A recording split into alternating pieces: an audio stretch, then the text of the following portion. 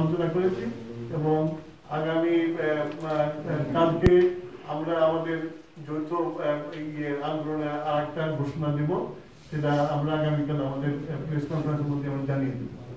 এই ছিল আমাদের আজকের আলোচনার অংশ। আপনার যে যৌথ ঘোষণার কথা বললেন, আপনারা বললেন এই যৌথ ঘোষণাটা কি আন্দোলনের অন্য কোনো ধারায় যাবেন? আপনারা এখন তো যুগপৎ আন্দোলন করতেছেন, এটা তো দেওয়াই আছে, নাকি এটা নির্বাচনের? না, আন্দোলনের যুগপৎ আন্দোলন এই জন্য আমরা যৌথ ঘোষণাটা বলছি যে ওনারা 14 দফা দিয়ে ওনারা আমাদের সাথে যুগপৎ করছে, আমরা আমাদের 10 দফা এবং আমাদের সাথে দিয়েছি। আমরা এখন আমরা যখন আন্দোলনটাকে আরো আগে নেওয়ার জন্য, আরো ফোর্সফুল করার জন্য আমরা একটা যৌথ ঘোষণা দেবো, যার মধ্যে সবার পার্টিসিপেশন থাকবে, ওই যেটার মধ্যে সবাই ঐক্যমত হবে আর কি। সেইটা নিয়ে আমরা কাজ করছি এবং আমরা অতি শক্ত এটা আমরা আশা করি জাতিকে জানাতে পারবো। আর সম্ভাবনা আরো দল আছে, তাদের সাথে আলোচনা করবো সবাই মিলে আর কি। আমাদের যে বলেছি যে ভোট পুরো জাতিকে আমরা একসাথে করতে চেষ্টা করছি, সবার সাথে আলোচনা করে আমরা একটা যৌথ ঘোষণা দেবো। আমি অনেকদিন আগে ডেফিনিশন নিয়ে আরেকটা বের করছি, একজন তন্ত্র। এখন একজনের সিদ্ধান্ত বাংলাদেশ চলছে, একজনের সিদ্ধান্ত বাংলাদেশে এরকম ঘটনা ঘটবে এবং সেটার জন্য আমরা বিরোধী দল আমাদের আন্দোলনে আছি, যাতে এই ঘটনা আমি ঘটাতে না পারে সেগুলো তাকে পদত্যাগ করতে বলছি এবং একটা সুষ্ঠু নির্বাচনের কথা বলছি। তো এটি হলো আমাদের আন্দোলন, এই নিয়ে তো আমরা চলছে। সেক্ষেত্রে এখনকার যে নতুন রাষ্ট্রপতি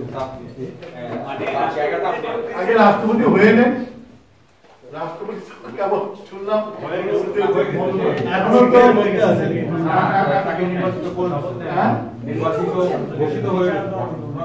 ঘোষণা দিয়েছে,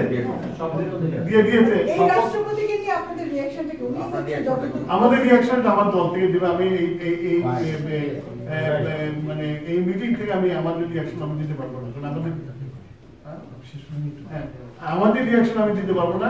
আমার দলের তরফ থেকে আমাদের সবাই আলোচনা করে সিদ্ধান্ত জানিয়ে দেওয়া হয় পরে। তবে এখন আমি এই ব্যাপারে বলতে পারবো না।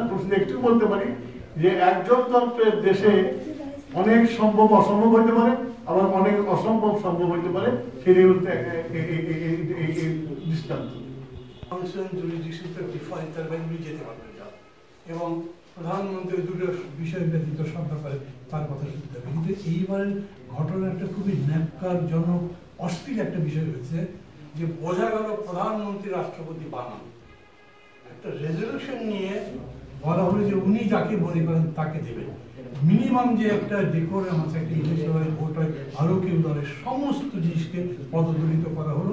এ থেকে বোঝা যাচ্ছে যে কতখানি স্বেচ্ছাচারমূলক মানসিকতা এবং আগামী নির্বাচনে যে তারা কিরকম করবে, এখান থেকে তার একটা আন্দোলনে ইতিবাচক আছে বলেই তো আমরা আন্দোলন এখন আছি। সরকারের এত অত্যাচার নির্যাতনের পরেও যখন ইউনিয়ন লেভেলের পদযাত্রা সফল হয়, তখন বুঝতে হবে যে মানুষ এখন প্রস্তুত হয়ে গেছে। সুসময়ের ব্যাপার, আমাদের এই আন্দোলনটাকে যে লক্ষ্যে পৌঁছাতে হবে সে পৌঁছাতে হবে।